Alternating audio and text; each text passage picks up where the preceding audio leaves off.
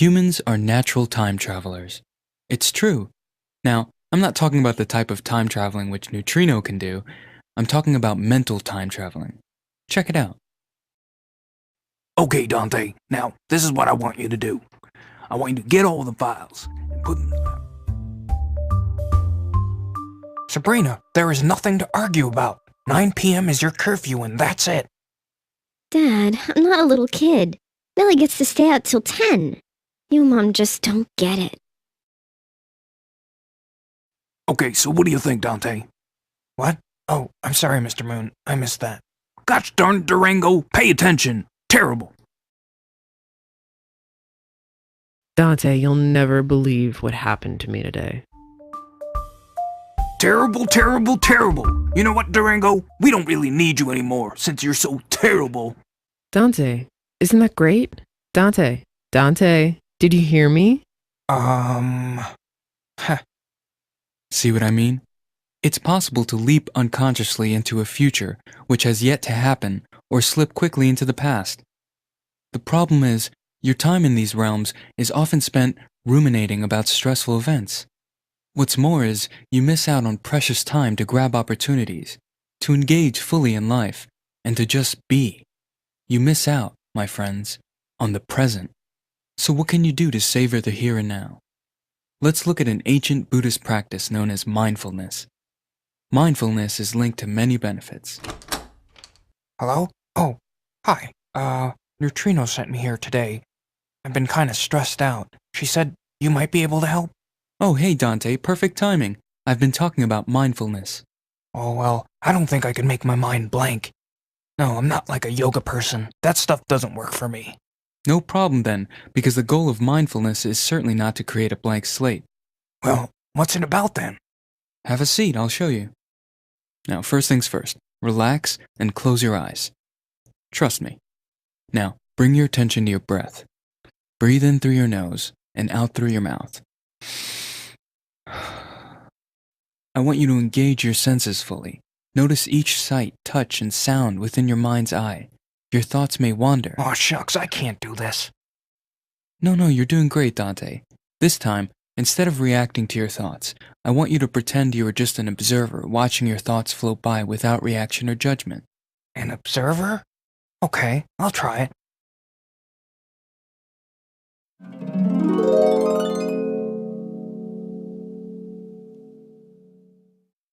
Mindfulness disentangles you from reacting to particular emotions and thoughts as you become a non-judgmental observer of yourself.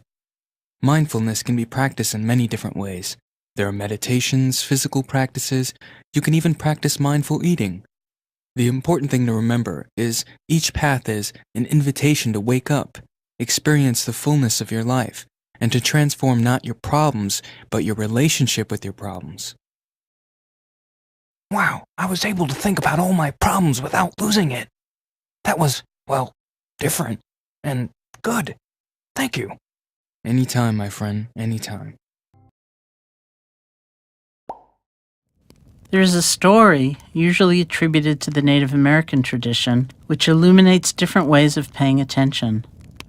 An elder, talking to a child, says, "I have 2 wolves fighting in my heart. One wolf is fearful, vengeful, envious, resentful, and deceitful.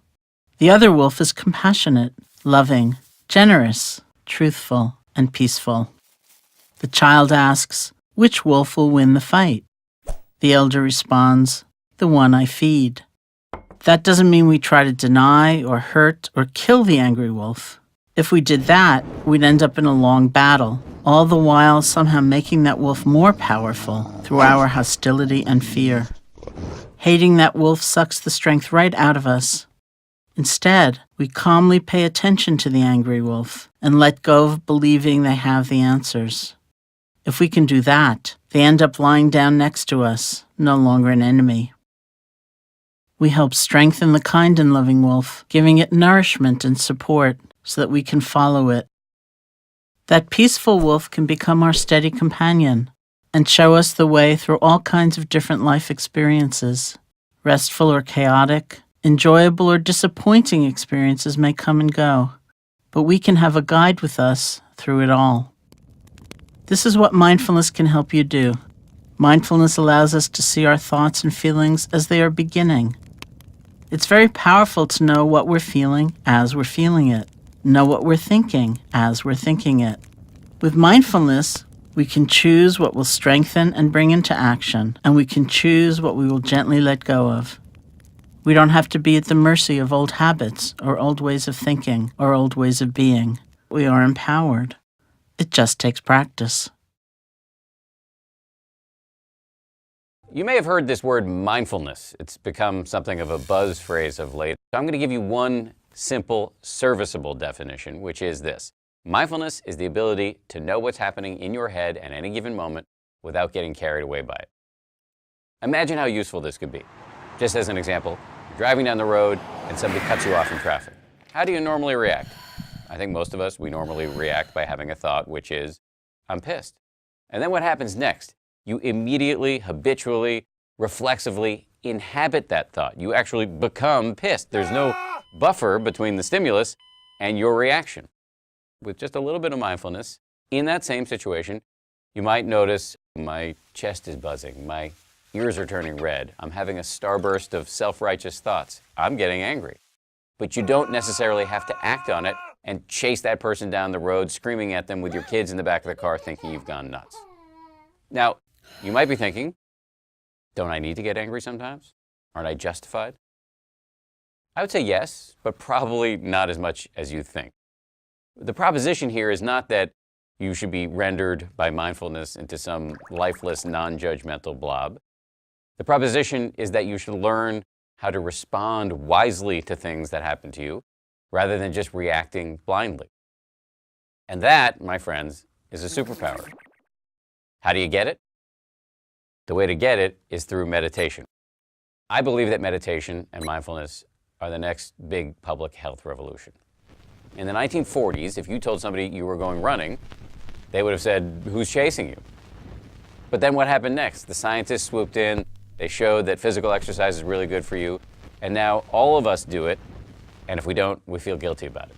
And that's where I think we're headed with mindfulness and meditation. It's going to join the pantheon of no-brainers like brushing your teeth, eating well, and taking the meds your doctor prescribed for you. Let me just close by saying, mindfulness is not going to solve all of your problems. It's not going to render your life a nonstop parade of unicorns and rainbows. Nonetheless, this is a superpower, and one that is accessible by you immediately.